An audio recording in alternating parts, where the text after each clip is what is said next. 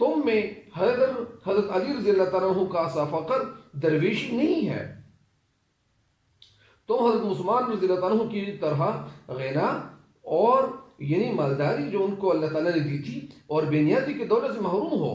یعنی صحابہ کرام رضی اللہ عنہ اجمعین کی جو دولت ہوتی تھی تو وہ ساری کی ساری صحیح کاموں میں استعمال ہوتی تھی، اور یعنی تم لوگ جو ہے تم لوگوں کے پاس دولت ہے، کیا یہ دولت صحیح کاموں کے لیے استعمال ہو رہی ہے؟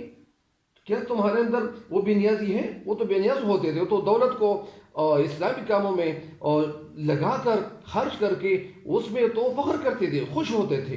کیا تم لوگ وہ خوش ہوتے ہو؟ کیا تمہارے اندر وہ صلاحیت ہے؟ کیا تمہارے اندر وہ جذبہ ہے؟ تمہارے اندر وہ کوالٹی ہے کہ تمہارے اندر وہ خوبیاں ہیں، محاسن ہے؟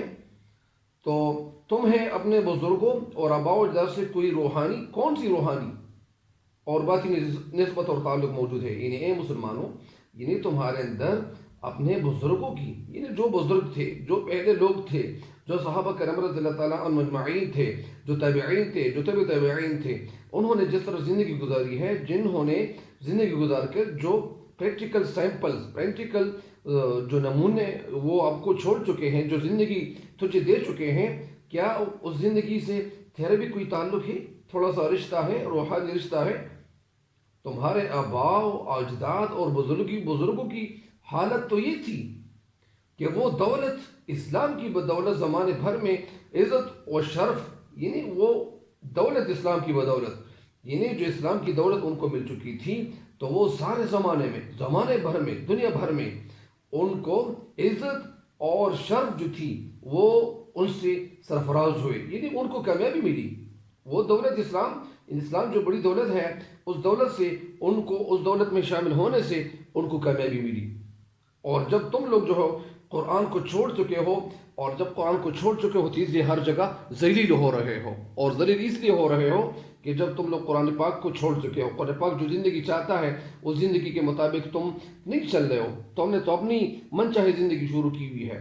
تو یہی اس بند کی تشریح تھی۔ ایک شعر کی تشریح میں ایک دفعہ پھر کرتا چلوں تاکہ ذہن میں مکمل طور پر بیٹھ جائے، ذہن میں یہ بیٹھ جائے۔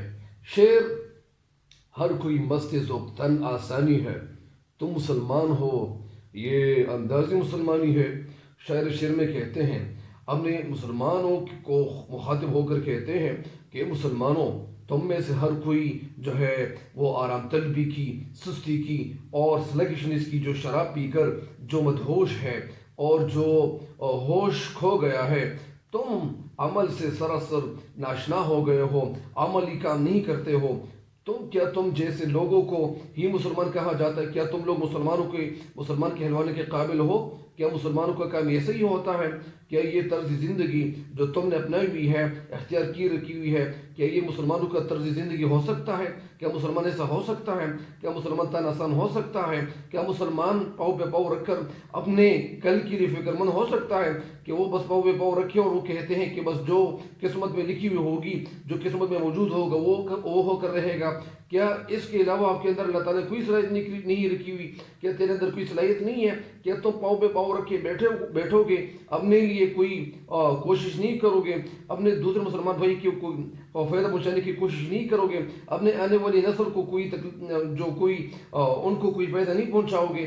تو یہی شاعر علامہ اقبال رحمۃ اللہ علیہ کہتے ہیں، کیا تم لوگ جو ہے پاؤں پہ پاؤں رکھے ہوئے اپنے لیے کوئی الگ ملک مسلمان پاکستان نہیں بناؤ گے؟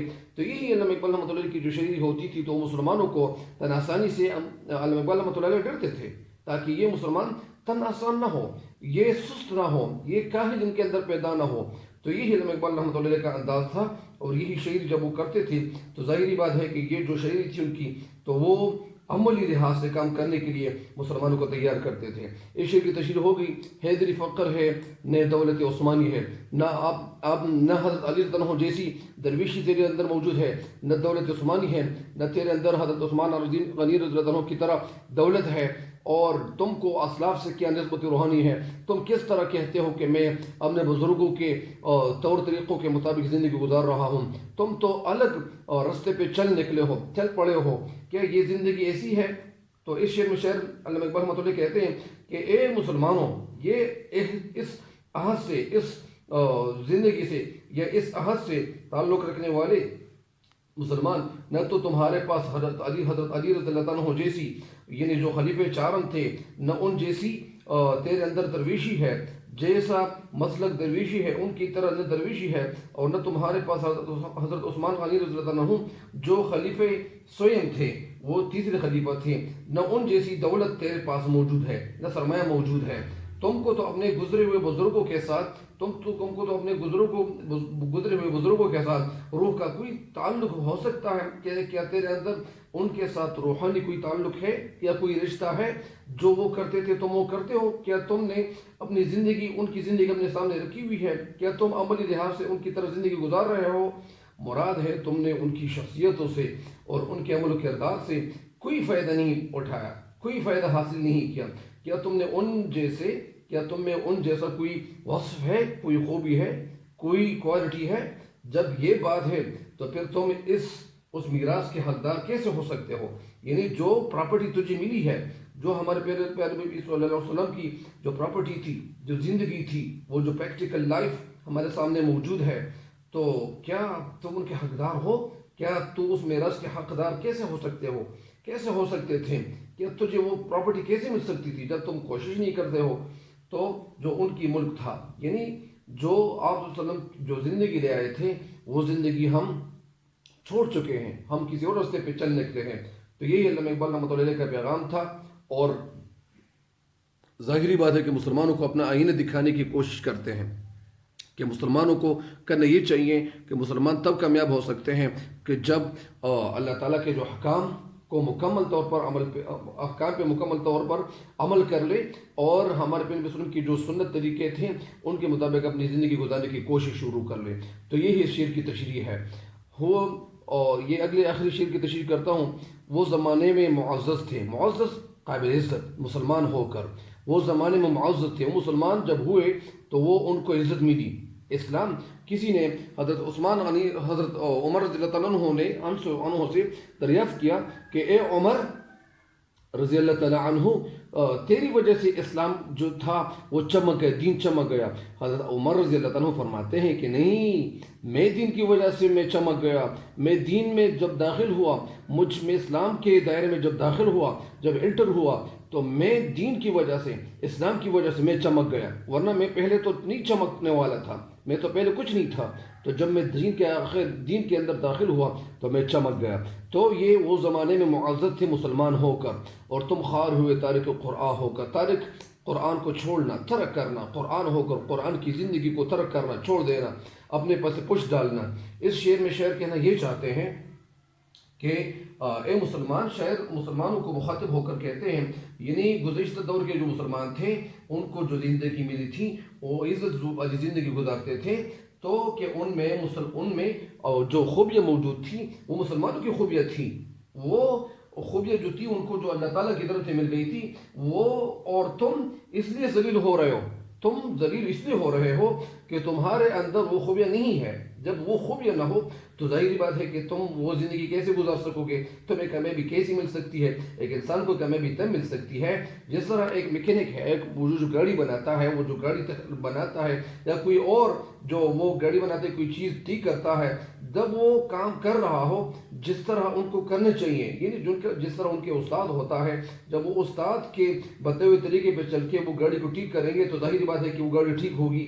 اسی طرح ہمارے لیے یہ جو ہمارا جو دین ہے، تو ہمیں اپنے دین کو سامنے رکھتے ہوئے خود کو، یعنی ہم وہ گاڑی ہے کہ جب ہم ہماری مثال اس گاڑی جیسی ہے کہ جب ہم صحیح راستے پہ چلیں گے تو ظاہری بات ہے کہ منزل تک پہنچ جائیں گے۔